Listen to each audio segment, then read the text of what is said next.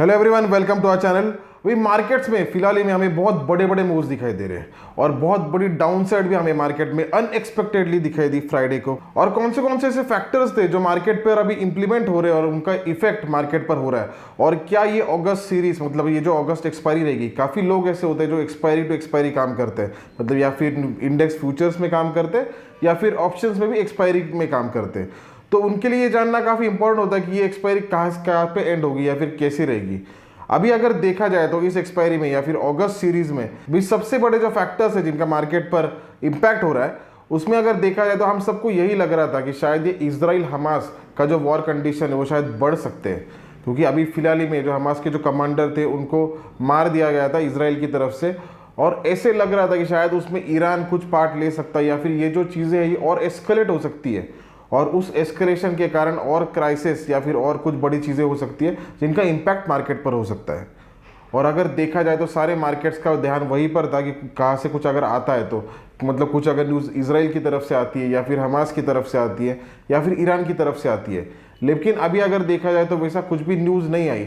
और जहाँ पर यहाँ पर हमारी नज़र थी कि ये इसमें कुछ गलत हो सकता है, तो वो छोड़ के जो नई जो बात आई जिसके वजह से मार्केट काफ़ी पैनिक थे, वो थे यूएस को लेकर। अभी फिलहाल में अगर देखा जाए तो यूएस का ग्रोथ डेटा निकल के आया और यूएस के ग्रोथ डेटा में अभी जो उनके जॉबलेस क्लेम्स थे, मतलब जिनके पास जॉब्स नहीं होते, वो हाईएस्ट था वो पूरे साल भर में।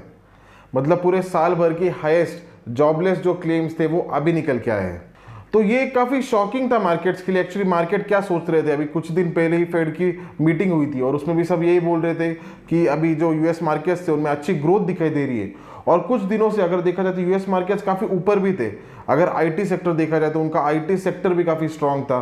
फिर उनके जो चेयरमैन थे, जो पावेल साहब थे, तो उन्होंने भी ये कहा था कि काफ़ी अच्छी ग्रोथ दिखाई दे रही है और इस ग्रोथ के कारण हमारा जो एक टारगेट था कि इन्फ्लेशन अगर 2% तक आता है तो हम इंटरेस्ट रेट्स को कट करना शुरू कर देंगे। और वो भी काफ़ी नज़दीक दिखाई दे रहा था। ऐसे कुछ एक्सपेक्टेशन थे कि शायद सितंबर से इंटरेस्ट रेट्स को कट करना शुरू हो जाएगा, क्योंकि ग्रोथ अच्छी दिखाई दे रही थी।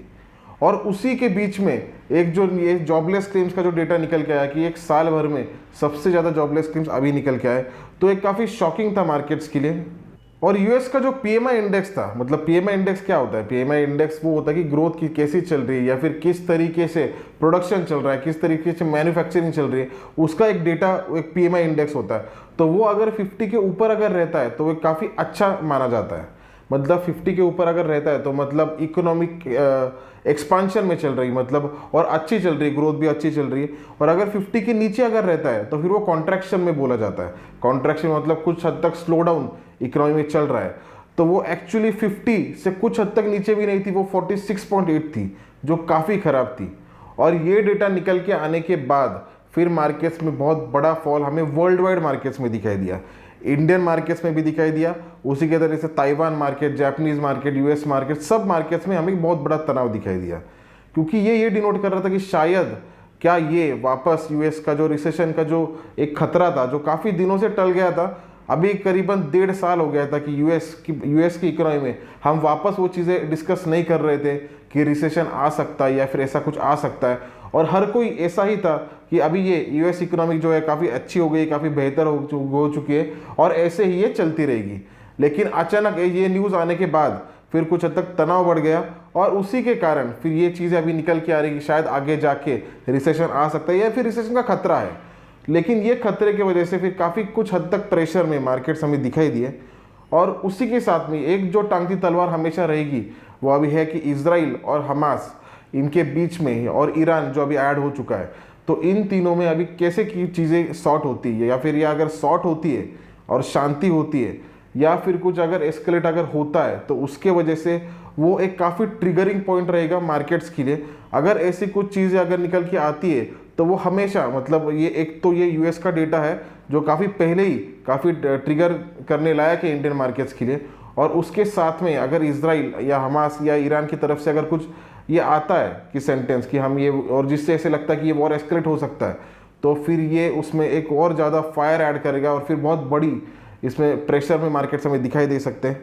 सो बेसिकली अभी जो आगे जाके जो यूएस का जो डेटा निकल के आया उस पर हमारा काफ़ी ध्यान रहेगा और मार्केट्स काफ़ी उसको रिएक्ट करेंगे।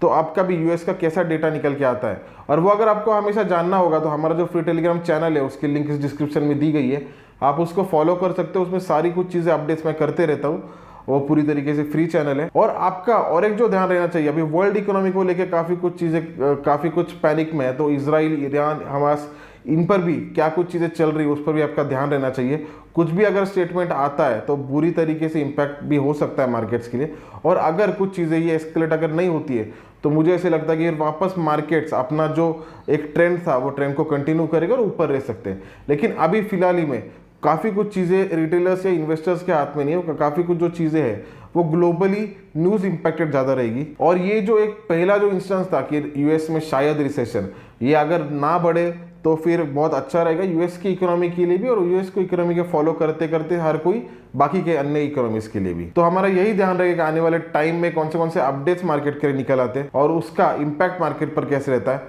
आई होप ये वीडियो आपके लिए दैनिक चल रही है। धन्यवाद।